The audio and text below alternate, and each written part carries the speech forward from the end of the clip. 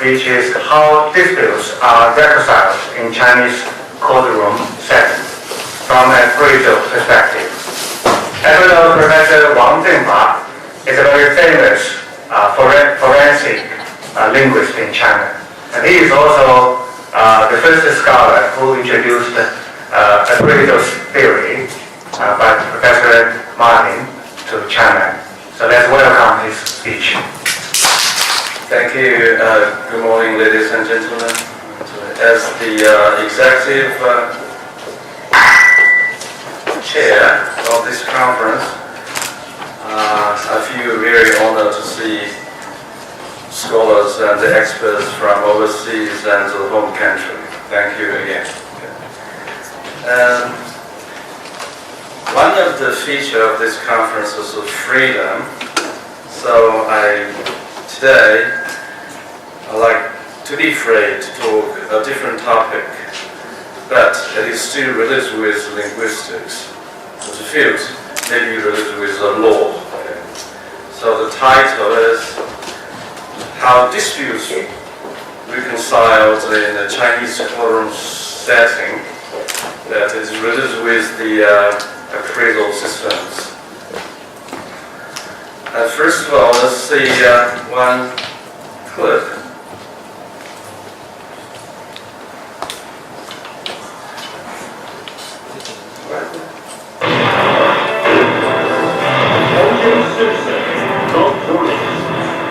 As the verdict was announced, people all across America stopped what they were doing to watch the final chapter in what had become an incredibly long real-life melodrama. Diane Diamond reports from New York.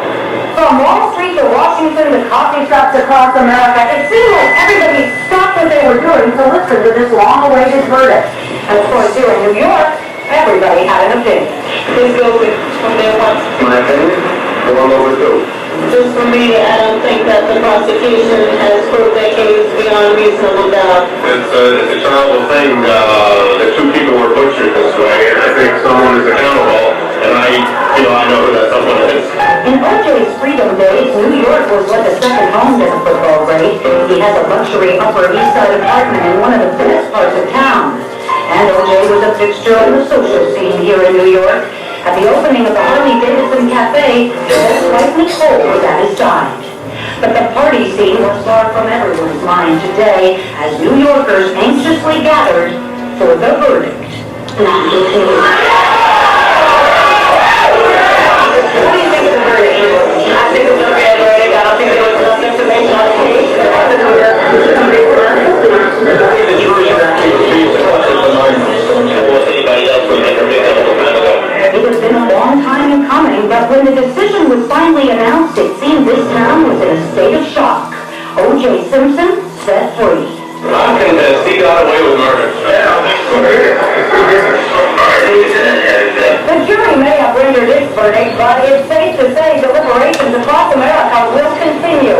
And no matter where you live, it's very likely you'll always remember where you were the day O.J. Simpson was set free. Harry? Thanks, Diane. In a case that has been full of twists, perhaps the most stunning surprise is how quickly the jury made its decision. Doug Ruckner looks back at how the case was decided and what's next for O.J. Vincent Puglisi, the former prosecutor who convicted the Manson family, was brought to tears by the verdict. He got away with murder. Got away with murder. These two people in their graves crying out for justice and Okay. So we can tell that from different people, we have different attitude towards the verdict of O.J. Simpson. The next one, it is in Chinese. I'm sorry for those English speakers.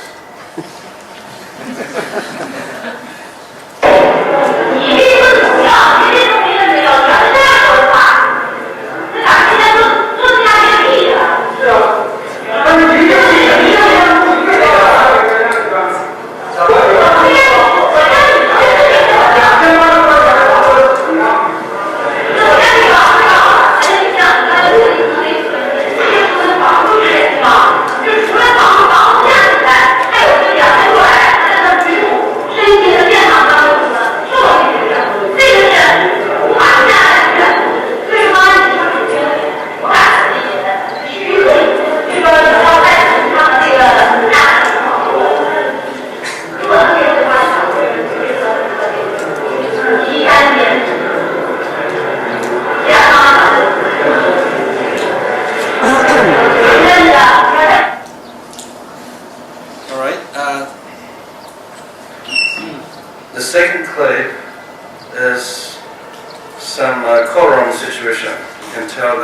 there is plaintiff and respondent, and also the woman judge.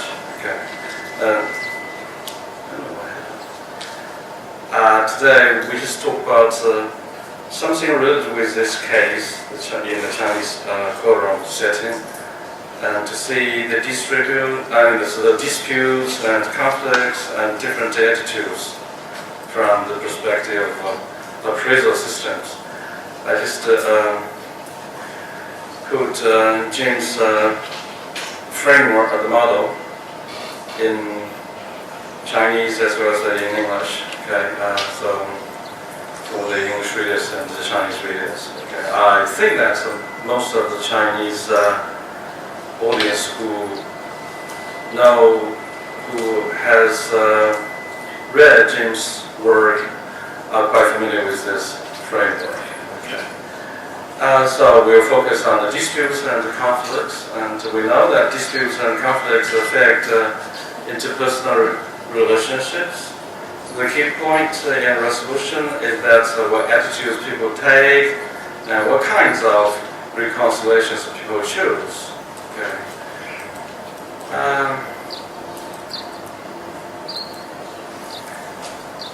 Actually, some scholars in the 18th century, Irish statesmen, offered a famous saying in the Western forensic world. It said that no one could make a greater mistake than he who did nothing, because he could do only a little. Now, this may be a very applicable instruction for judges in conciliating conflicts in court.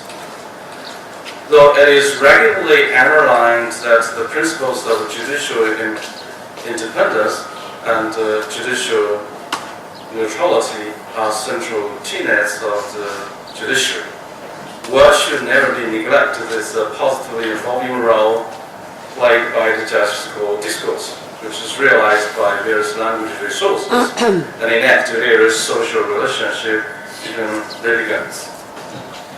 Chinese civil court, theoretically speaking, belongs to the inquisitorial system, and the court tries cases according to procedures and raises questions whenever necessary. This system usually operates as rounds of disputes and negotiations between litigants, with the judge as a mediator, and the conflict will persist till the final reconciliation comes. Therefore, the language of the judge is decisive in whether the reconciliation could be reached and how long it will take. Obviously, when people have conflicts, they are actually having distinct attitude towards the same phenomenon. And these human behaviors of disputing and conflicting are building up interpersonal relationships. Some scholars have studied how selves are constituted and how ideology is constructed through conflict reconciliation process, and how specialized pragmatic strategies the judges take influence the progress of the trial. However, the nature of the convergence of the different streams of attitude, namely how parties in the court reach a final reconciliation, is still to be explored from a linguistic perspective, such as the appraisal systems. Systemic functional linguistics is functional because it interprets the design of language with respect to ways people use it to live. This orientation leads systemic functional linguistics to the emphasis of language as the interface with the actual social environment, in other terms, the social context. We know that social context is quite important to construe the social meaning. Systemic functional linguists have a rich tradition of work on language and social context, going back through the Halliday model of language, text, and context, and how they describe social context as a total environment in which a text unfolds, which may be inherited from Firth and Malinowski, who maintains the meaning of any significant word, sentence, or phrase is the effective change brought about by the utterance within the context of the situation to which it is read. Broughton developed this model of social content by specifying the speaker's culture are manifested in each situation in which they interact, and each interaction or situation is manifested verbally as unfolding text, that is, a text in context.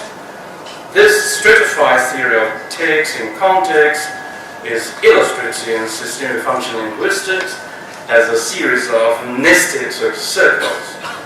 The relation between each of these strata of language and social context is modeled in Systemic Functional Linguistics as a realization by a line across the strata.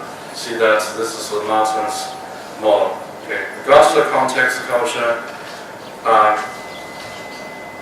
Then we have the context situation, and then we have text in context, similar to that genre, register, and language. And within language, we've got the strata of discourse semantics and lexicogrammar, and graphology, and phonology. Okay. This model develops the traditional systemic functional grammar and brings in discourse semantics to better analyze text and context, especially in interpersonal strand of language function. With the appraisal of systems proposed, it is more conclusive to see how exactly social processes evolve, how kinds of attitudes are negotiated in text, how the strengths of the feelings they involved, and how values are sourced and readers are aligned. And we know Jim just developed a system of discourse semantics, and actually 6 approaches. I think it's the second edition, developed into 6 approaches. We got negotiation, we got appraisal, we got ideation and conjunction, and identification, as well as periodicity. So we can apply these systems of discourse semantics to look at and construe the social meanings of big text of all discourse. As people, we step in and out of social roles in daily life. Everybody does this. We constantly create and negotiate the interpersonal relations in the process of interaction. This process, of course, is one in which language is used to express feeling, emotion, love, hatred, to judge the character and behavior of people positively or negatively, or to appreciate things positively or negatively as well. Therefore, language is not only an appraisal resource, it also acts like a double-bladed sword. Chinese always say that's a 双刃剑. Okay. The positive blade of this sword often carves friendship, harmony, peace. It can also resolve conflicts and disputes. The negative blade of it often leads to disputes, conflict, riot, separation, and even war. It harms harmony and it harms peace. The most obvious realization of the double blade is in every language, I think, is a contrast between positive and negative system, which is a common language feature expressing opposite attitudes that nearly all languages possess, regardless of how immensely different they seem to be. The positive-negative opposition is one that is fairly certain to be grammatical in every language, in association with the clause as a proposition or proposal to concepts from systemic functional linguistics. Of course, the positive-negative system is not the only resource by which people stand opposite. There are many other systems people deploy to manipulate their various social relations. For example, a system of the mood, a system of modality, etc. Like Halliday and Nesselson in their introduction to functional grammar. They help to mold the double blade with the different functions which will be examined below in analyzing the conflicts and disputes in the Chinese civil court. We move to this case and some background information about it. Just now we see the second clip, we'll see that the man and the woman with her husband as the plaintiff, and still a man is the respondent, and we got a woman judge. So John is a plaintiff, and he lived 20 years in a bungalow in the suburb of the town of Tahe County, Heilongjiang province. I noticed there's some from Heilongjiang in the audience, like that. From September 2005 to March 2007, Yao, the respondent, John's neighbor, raised about 2,000 chickens just next door. The smell of the chicken excrements and the cracking and chuckling of the chicks really affects the normal life of John's family. This, even in John's words, caused him to have a heart attack. The two parties had several talks over the issue, but didn't work out the solution. Then John just went to court to claim for a quiet, non-polluted and harmonious living environment. And in this trial, John's wife acted as his civil agent. The trial went through 3 stages. The first stage is a court investigation in which the plaintiff and the respondent will be questioned respectively by the judge with respect to the matter of the lawsuit. Secondly, the judge will propose a debate between the two parties to make potential problems argued and solved. The third stage is a coda of the court, in which the judge will pronounce the decision of the court. The disputes and the conflicts occur at the second stage, namely the debating stage. At this stage, the two parties exert themselves to defeat the other party and convince the judge, just like lawyers in the Western courtroom. They utilize all kinds of language resources to achieve their goal. Now first let's look at conflict 1, the dispute in the first debate. At the debating stage of this case, there are basically 3 recognizable rounds of conflicts between the plaintiff and the respondent. The judge intervenes when the dispute becomes heated and also deploy different reconciliatory strategies to keep pace. We got some example like the judge, after the J, it's a female, and she said that the court investigation is over, now the debate starts.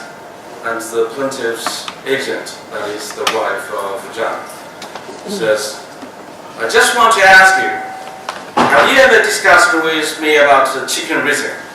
Have you? And do you know why we have been tolerating you for such a long time? It is because we all understand that due to the reform and opening policy, it is rather hard for all of us. Of course, there are some implications of that period of time in China. We are all out of work. This is a consequence of that. So we understood you very much, but what did you do? You don't understand us. Go your own stubborn way and take our understanding as a sign of cowardice. You think we are weak? You think we are incompetent? So you behave from bad to worse. Okay. Then the respondent said, didn't I help you when you said you wanted to sell your house? I did. But nobody wanted to buy it. The house had been there for about 7 years. If I didn't buy it, actually he promised to buy it. Okay. If I didn't buy it, now it may be still there, useless.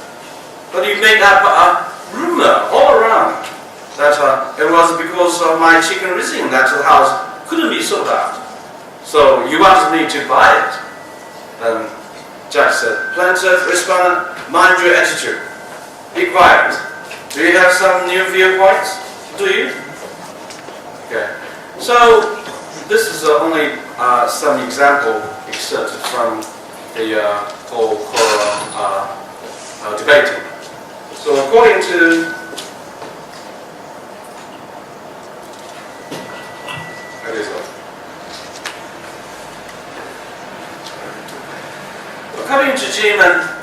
Jim Martin and David Rose, Evaluations can be divided into three basic kinds according to what is being appraised. First, the value of things. Secondly, people's character. And thirdly, the people's feeling. The resources for expressing feelings are affects. Resources for judging character is judgment. And resources for valuing the worth of things is appreciation. And here in this talk, judgment resources are noted by purple, and appreciation is noted by red. It can be noticed that in their first debate, both the plaintiff and the respondent draw mainly on judgment resources. Judgment is a kind of attitude that deals with the attitude toward behavior, which we admire or criticize, praise, or condemn. In general terms, judgment can be divided into those dealing with social esteem and those oriented to social sanction. Judgment of esteem have to do with normality, capacity, and tenacity. Judgment of sanction has to do with veracity and propriety. This is from Martin and Pirai. Okay, there are altogether 15 attitudinal lexes in which 14 are judgment resources, and only one is appreciation. Judgment resources, no matter whether they are social esteem or social sanction, certainly influences the judge's judgment of the party's social character and behavior. That is true. Obviously, two parties hope to get some benefit from the judging process. However, the attitudinal proportion of the two parties is quite different. The plaintiff deploy 11 evaluative resources, and all of them are judgment. Therefore, to some extent, her focus is rather concentrated. All she does is to judge the respondent negatively in order to win the lawsuit. On the contrary, the respondent only uses 4 evaluations, including 1 appreciation towards the value of the house. Therefore, the description of the power of the two parties can be vividly seen from the distribution of the evaluative resources. So see the figure, and this figure can tell you something. Okay. At the end of the first conflict, the two parties began to raise their tone in the video, and they accused each other without sound evidence. Then the judge stops, mind your attitude, as well as be quiet, are 2 command clauses, which are demanding services. These imperative clauses are efficient to control the directions of dispute and modify the attitude of the two parties. Alright, so that is the first conflict. And then in the second conflict, we got to the dispute. In the second dispute, the key point is not what kind of attitude each party presents, but how they adopt different ways to moderate their power and solidarity. That is to say, how they negotiate their relations of alignment, disalignment, in multi-turn dialogue to maximize their benefits. Therefore, an analysis from the perspective of the engagement system will help to find out how each party shows and mounts their attitudes. The attitude system leaves behind the question that people can use language to exert different kinds of attitude. But how do they do that? Do they present by their own attitude, or by quoting, or by reporting, or acknowledging a possibility, denying, or affirming something? So engagement can be used to deal with sourcing attitude and the play of voices around opinions in discourse, according to Martin and Pirai, and is directed toward providing a systematic account of how such positionings are achieved linguistically. According to Martin and White, 2005, the engagement system has 2 subsystems, the monologues and the heterogues, with the former identifying no recognition of dialogic alternatives, and the latter allowing for more dialogical alternatives. So the heterogostic resources can also be divided into categories according to whether they are dialogically expansive or dialogically contractive in their subjective functionality. Dialogically contractive engagement closes down the space for other alternatives, while dialogical expansive engagement opens up the space for various alternative voices. So we got some examples. Like the plaintiff says that I asked him to compensate 10,000 yuan, and the respondent said, I won't give you 10,000 yuan. And the plaintiff said, no? And the respondent, yes, no. You are blackmailing me now. You are forcing me. And the plaintiff said, is this blackmailing? And the judge says, an old saying goes that a good neighbor is better than a cousin far off, right? So you two don't be at odds with each other. Now, after the court investigation and debate, it is clear that the respondent indeed raises chickens. Now we are all clear that the respondent raises chickens, and this has some impact on the plaintiff's physical and mental status. Since I have explained some related law articles just now, I hope you too understand them and think in the other party's shoe. That is to say, don't insist on your own interest, but think for each other. Show your understanding and sympathy for each other. The court, of course, also hope you can become more harmonious after this court trial. And the plaintiff, then I want to add something. Now, we're sitting here. Now, the judge gave us such a good session, right? It is already at the right point. But you still don't show even a little bit of shame. You still keep saying that I won't give you money. I don't have money. Today we are sitting here in front of so many people and in front of judge. I'm not taking your money. I'm not going to ask it for at all. What I want is just justice. Do you feel a slight of apology for us, for my family? Do you? And that judge says, okay, plaintiff, don't say that for now. Respondent. Just now, the plaintiff asked you to compensate 10,000 yuan, and you didn't agree, right? Then, can you propose some other possible way to solve this problem? Because you have bought several rooms of the house, can you give another suggestion which can make a win-win solution, helping both for your chicken raising and also for the plaintiff's health?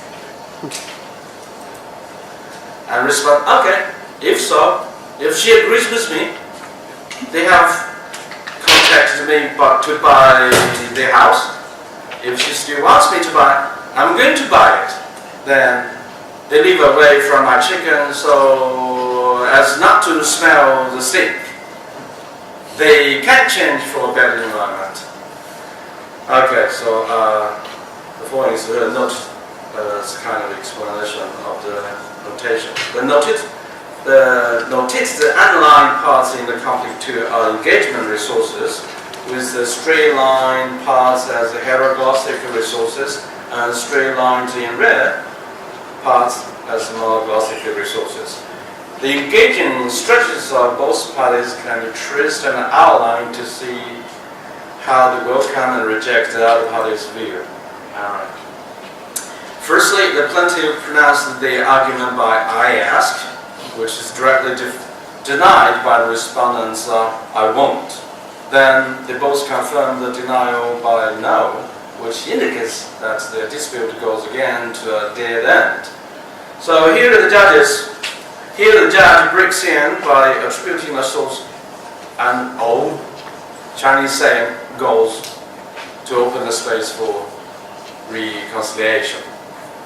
Once involved, the judge immediately closes out the space and alters the dialogue's focus to the real intention. That is, you two don't describing the two parties' argument.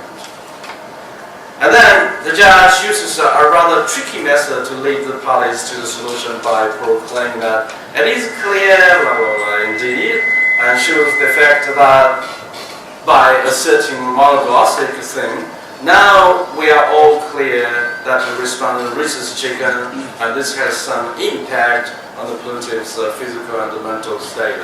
This kind of bare assertion has a strong concentrating effect to lead the parties on to the current reality, because by this, the speaker writer presents the current proposition as one which has no dialogical alternatives which need to be recognized or engaged with. That is to say, by this monogloss, the judge completely shuts up the disputing space for the two parties. After resetting, she studies the new point by pronouncing, I hope, piloting with next denial, don't, and counter-reaction, but. At last, she affirms the conclusion by, of course. Okay. But before the judge gave a clear guiding solution, the plaintiff interrupts her by a conjunctive adjective then to mean that she has totally accepted the judge's viewpoint. Next, her strategy is divided into two steps. First, it is a reinforcement of her agreement with the judge, namely to continually condemn the respondent by serious space contraction. Now, but, don't, you still keep saying.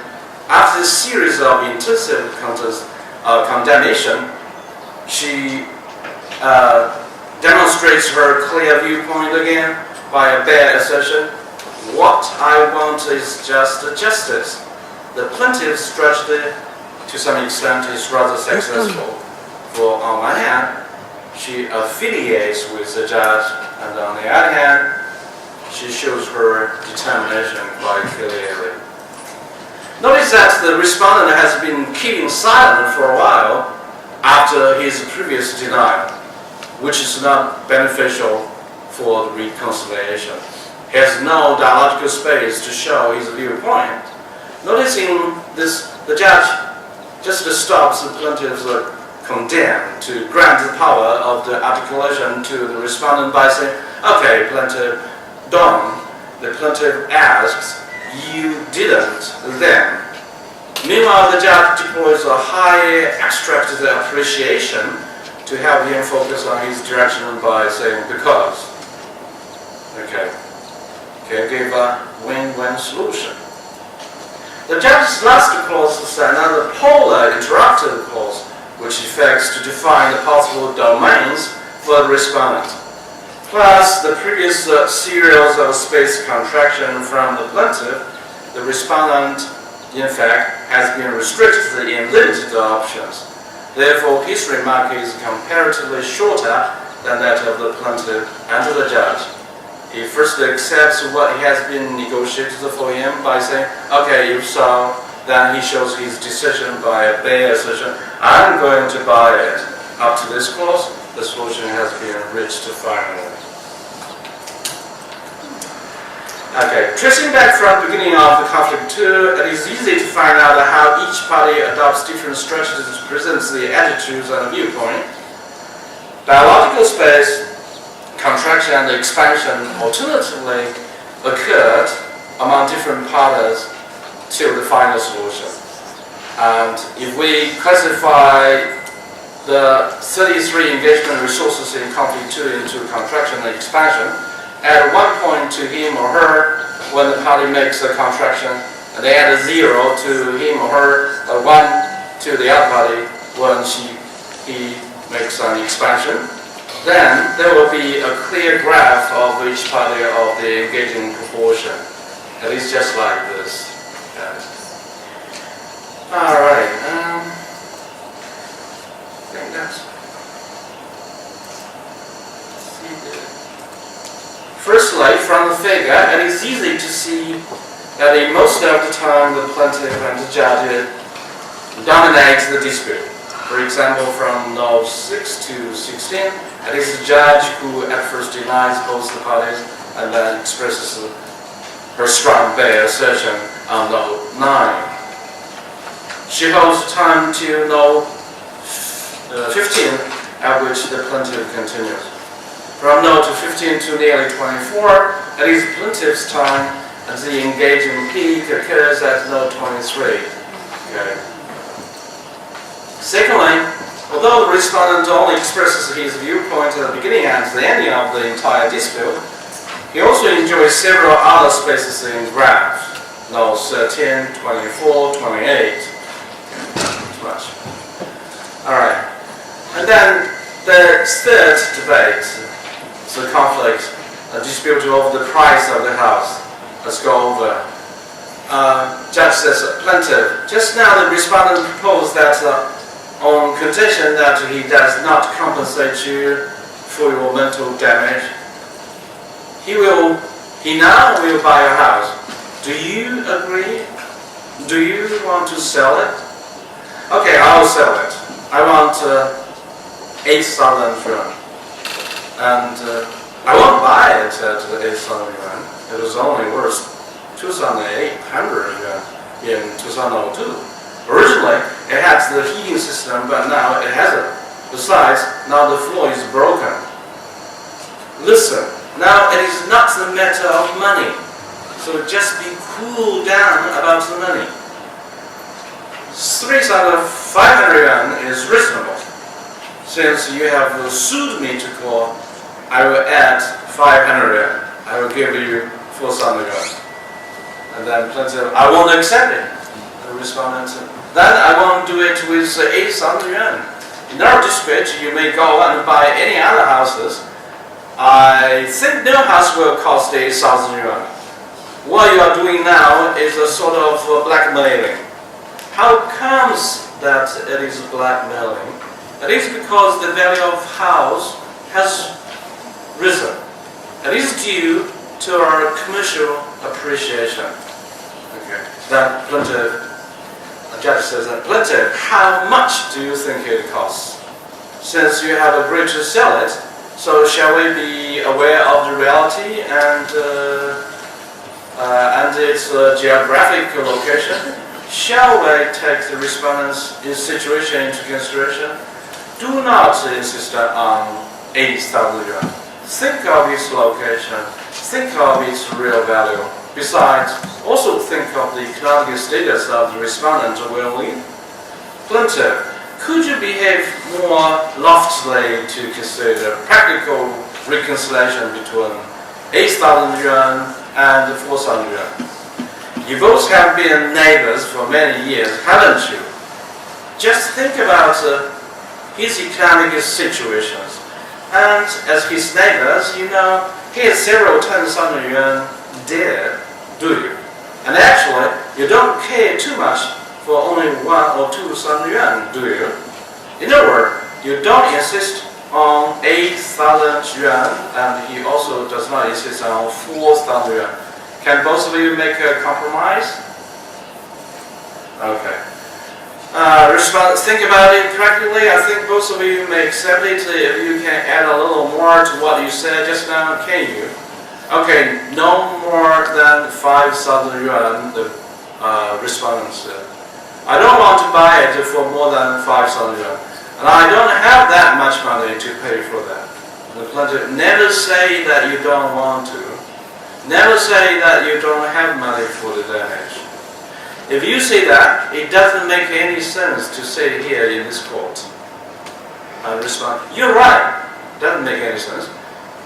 You have been insisting on 8,000 yuan for that damage, for the damage. Do you know that point that I want you to speak up? The house only costs 2,800 yuan. So it's a conflict. And judge says, shall we stop being stubborn, respondent? You agreed to pay 5,000 yuan, so don't insist on saying that the house is only worth 2,800 yuan. Besides, the value of the house, as I mentioned just now, that their normal life and health has been affected. That cannot be measured by money.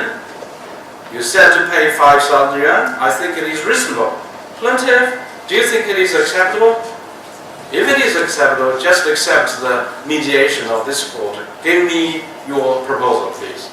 5,000 yuan is okay from plaintiff. To to respond. However, besides the facts on hand for the damage, I have to tell you that you must understand that I'm not blackmailing you at all. Then just plaintiff, don't repeat this. Okay.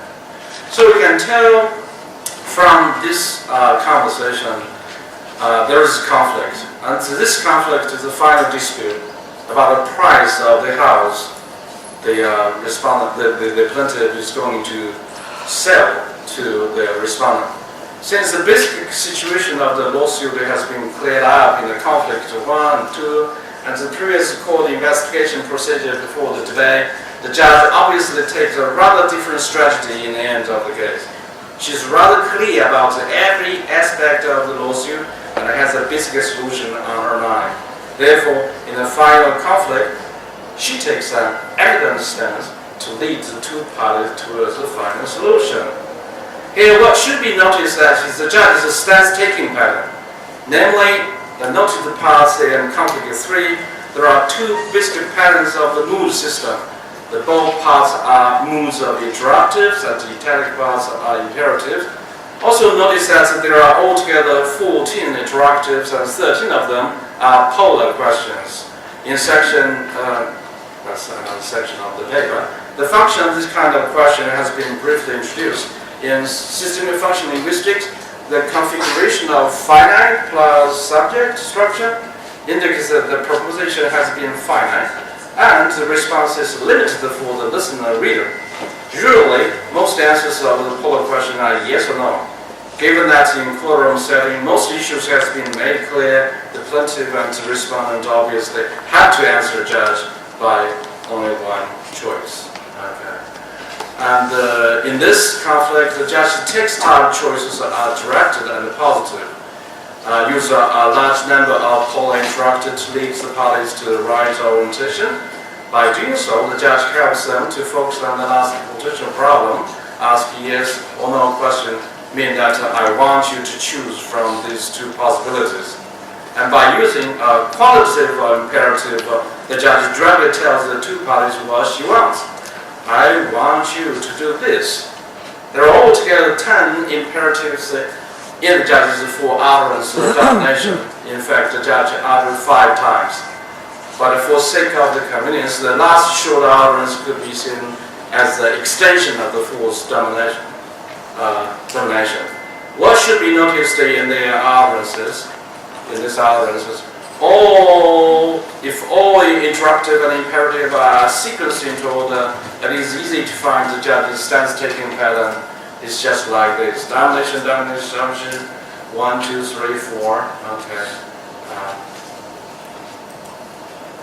Okay.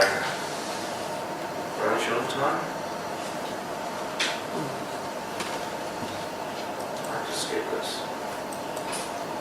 Okay, just to jump to the conclusion. Language on its own is objective, even though epithets indicates the attributes or characteristics of people or things.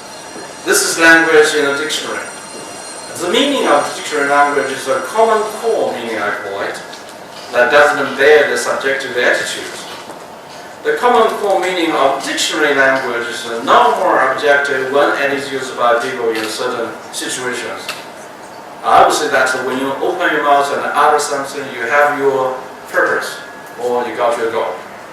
It starts to bear subjective meaning and demonstrates the attitude and stance of the speaker or the user, even if the meaning is ideational or logical. The subjectivity results from the nature of human beings who innately want to maximize the individual interests or desires. This usually leads to the conflicts and the disputes. And I think this happens in daily life every day. For example, the litigants in our case is just like that.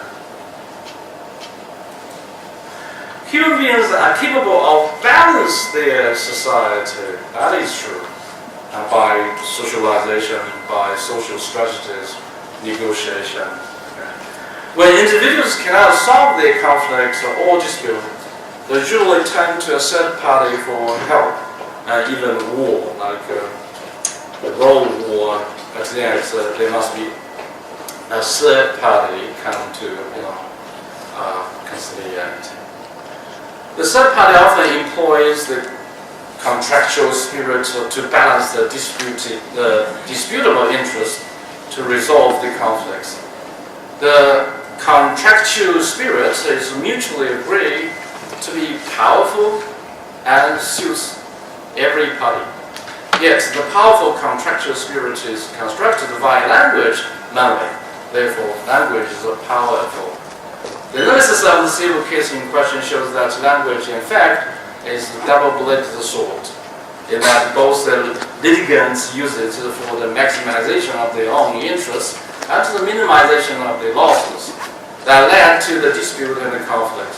And the judge, as an icon of the institutionalized power of the court in the Chinese system, used the two blades of the sword to exert her institutionalized power as well as the linguistic power so that she can effectively control the situation and regulate the portion of the two litigants' claims and disclaims. And finally, she makes the dispute reconciled. And this is reference. Okay, and thank you very much. And I will give some elaboration. Take forensic discourse as a social process in a workshop. So see you at the workshop on the 29th afternoon. Thank you very much.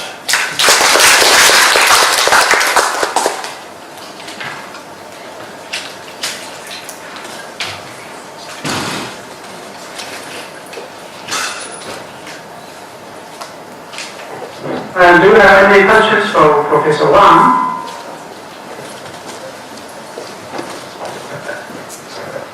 I see that people like to drink get some refreshment.